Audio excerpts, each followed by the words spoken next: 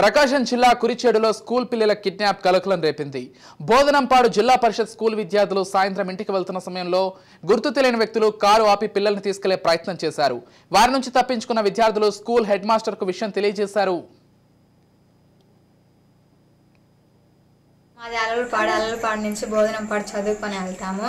నేను 9th class చదువుతున్నాను. సాయంత్రం పూట ఇంటికి వెళ్ళేటప్పుడు చింత చెట్టు కింద ఒక ఫోన్ పడి ఉన్నది. మేము పోయేటప్పుడు అది రింగ్ అవుతా ఉంది ఫోను.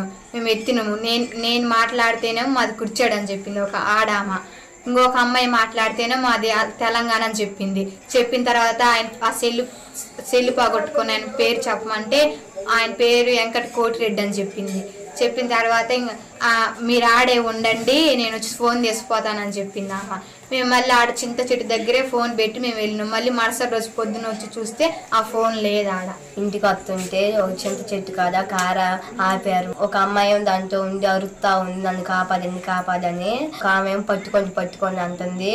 ఒక ఆయన దిగి మమ్మల్ని ఎమ్మట పడుతుంటే మమ్మల్ని పట్టుకొని కారులో లాగుతుంటే మేము బ్యాగ్లో చెప్పులన్నీ అది ఇసిరేసి మేము ఉరుక్కుంటూ వచ్చాము.